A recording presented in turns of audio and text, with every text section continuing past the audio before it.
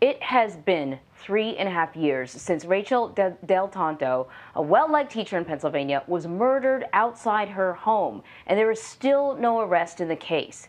Now, a young man who has been under investigation in her shooting has been found guilty in a different murder. That conviction has many people wondering if there may soon be charges in the Del Tonto case. Erin Moriarty brings us a preview of this week's 48 Hours.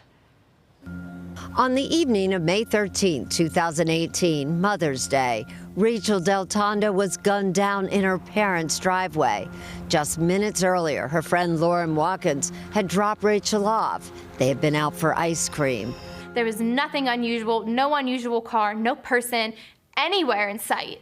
But earlier that night, Lauren said another friend, then 20-year-old former high school football star Sheldon Jeter, passed them in a car. Did Sheldon Jeter see you? He did. He had messaged me on Facebook and was like, "Did I just pass you guys?" And I'm like, "Yeah." Texts to others suggested Jeter may have been trying to track Rachel's movements. After the shooting, Rachel's mother, Lisa Del Tonto, immediately suspected Sheldon Jeter. He was obsessed with her. He told me he's in love with her. But Jeter's attorney, Michael Santacola, says Jeter did not kill Rachel Del Tonto. There's no evidence there that ties him to the crime. Then, nearly 2 years to the day that Rachel was killed, Sheldon Jeter was accused of murdering a close friend, Tyreek Pugh. The night Pugh was killed, he and Jeter were also out for ice cream.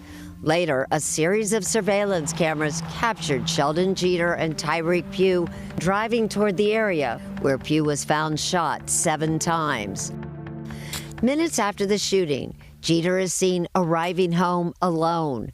Police later found the gun used to kill Pugh under Jeter's mattress. Beaver County District Attorney David Lozier. We have DNA evidence. We have video. On June 23, 2021, Jeter was found guilty of Pugh's murder, and his troubles may not be over. 48 Hours has learned that a Pennsylvania state grand jury has heard evidence about Jeter's possible involvement in the murder of Rachel Del Tonto. So Erin is joining us now to talk more about her reporting. So Erin, Sheldon Jeter, you know, Rachel's mom says that he was obsessed with her. That's one thing, but why is he suspected in her murder? Where's the connection?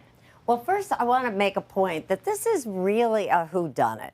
All we really know is that she likely knew her killer because she came home at 10 o'clock at night.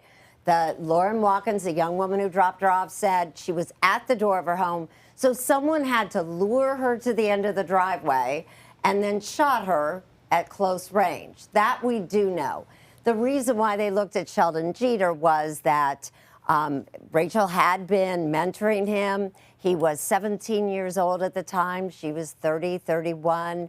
According to Rachel's mother, Sheldon, as you heard, seemed to be obsessed with her.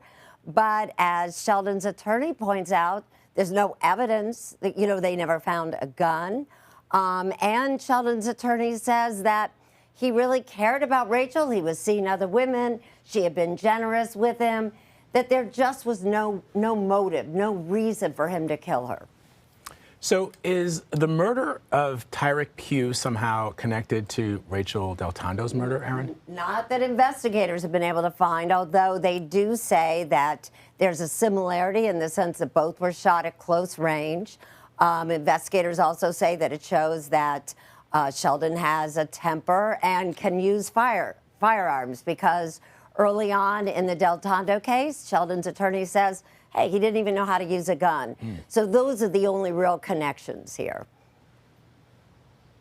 And so what makes this case so difficult to solve? She shot in her parents' driveway. I don't know if they were home at the time, but why is this such a mystery? Well, they were home at the time, and the homes are really close together, but it was 10 o'clock at night. There were no eyewitnesses. The real problem is that Aliquippa, which used to be this thriving town, steel mill town, producing NFL stars, has really had problems in recent years, and the police department is underfunded, and the best way to put it is dysfunctional.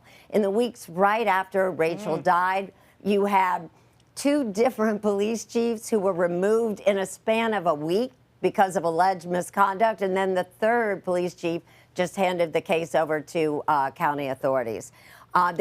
She's actually the 9th unsolved murder at the time of her death, so there were a lot of distractions for the police department.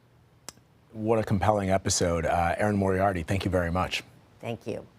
You can see Erin's full report, Who Killed Rachel Del Tondo, on 48 Hours tomorrow night. That's at 10, 9 Central on CBS and on Paramount+.